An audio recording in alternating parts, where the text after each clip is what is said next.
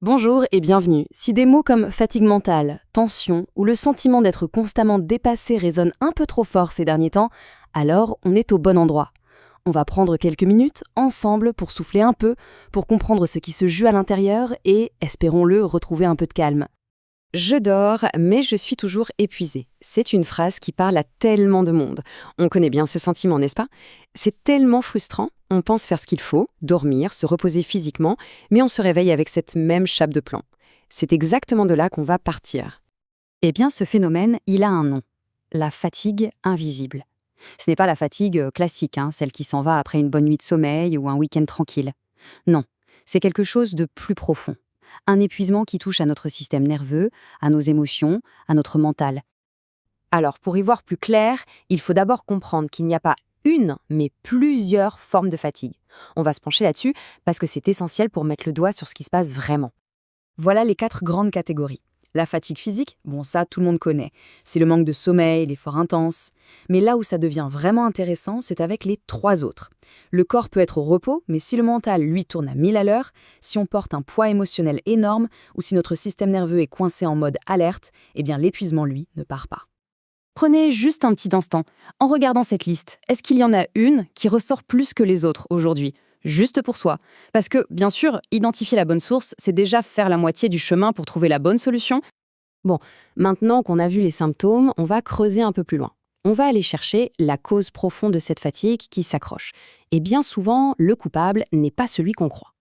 On se dit très souvent « Ah, il faut que je dorme plus » ou « Vivement les vacances ». On se concentre à fond sur le repos physique en pensant que c'est la seule et unique clé. Mais la réalité est un peu plus subtile que ça. Et voilà, c'est là le cœur du problème. On peut être allongé dans son lit, les yeux fermés, le corps complètement immobile, mais si à l'intérieur, notre système nerveux est toujours en mode survie, toujours en alerte maximale, alors la récupération ne se fait pas, le sommeil ne répare plus comme il le devrait. Et qu'est-ce qui maintient ce système en alerte constante? Ce sont ces fameux voleurs d'énergie. Vous savez, ce petit vélo dans la tête qui n'arrête jamais d'analyser. Ce sentiment de devoir tout porter sur ses épaules, que tout repose sur nous. Toutes ces frustrations, ces tristesses qu'on garde à l'intérieur. Cette petite voix qui nous souffle que ce n'est jamais assez bien. Et puis, tout simplement, le fait de s'oublier soi-même dans l'équation.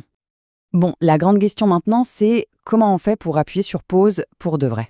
La clé, en fait, c'est de complètement redéfinir ce qu'on entend par se reposer. Ça va bien au-delà du simple fait de dormir. Voici les 6 dimensions essentielles du vrai repos. Le repos mental, pour calmer le hamster dans la roue. Le repos émotionnel, pour s'autoriser à être soi, sans avoir à jouer un rôle. Le repos sensoriel, qui est crucial dans notre monde hyper stimulé. Le repos social, qui consiste à choisir des interactions qui nous nourrissent plutôt qu'elles nous vident. Le repos créatif, qui nourrit l'âme. Et enfin, un repos physique, qui n'est pas l'inactivité, mais plutôt la douceur et la lenteur. Et de nouveau, une petite pause pour réfléchir. En regardant cette liste, où se situerait le plus grand manque en ce moment? Est-ce que c'est le mental qui crie au secours? Ou peut-être un déficit de repos sensoriel ou émotionnel?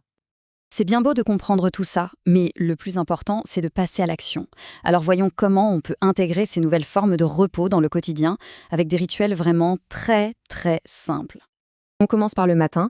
L'idée, c'est de ne pas sauter du lit directement dans le tourbillon de la journée, mais de s'accorder 5 petites minutes pour se connecter à soi avant toute chose. Et c'est d'une simplicité déconcertante. Une main sur le cœur pour sentir sa propre présence, physiquement. 5 respirations lentes et profondes pour envoyer un message au système nerveux. Tout va bien, on peut démarrer la journée calmement. Et puis, une intention qui va servir de boussole pour les heures à venir. Ensuite, au milieu du chaos de la journée, quand tout s'accélère, on peut créer une micro-bulle de calme, un vrai reset pour le système. Ça ne prend que 3 minutes. On ferme les yeux, juste pour couper les stimulations extérieures. On pense activement à relâcher la mâchoire, les épaules. C'est fou comme la tension s'y loge sans qu'on s'en rende compte. Et on respire. C'est le signal universel pour dire au corps « on est en sécurité ». Et pour finir, le rituel du soir. Au lieu de laisser la journée tourner en boucle dans sa tête, ce qui est le meilleur moyen de mal dormir, l'idée c'est de la clôturer consciemment. Le simple fait d'écrire, de mettre des mots sur ce qui a pesé, ça permet de le sortir de sa tête. Et ensuite, cet acte de décider de déposer le fardeau pour la nuit, c'est un geste symbolique très puissant. Ça libère l'esprit pour un sommeil qui, cette fois, sera vraiment réparateur. Et on va terminer là-dessus, avec cette phrase qui est peut-être la plus importante de toutes. Cette fatigue invisible, ce n'est pas un signe de faiblesse, ce n'est pas un échec, c'est simplement le signal d'un système qui a été en surcharge pendant trop longtemps. C'est le voyant rouge qui s'allume sur le tableau de bord.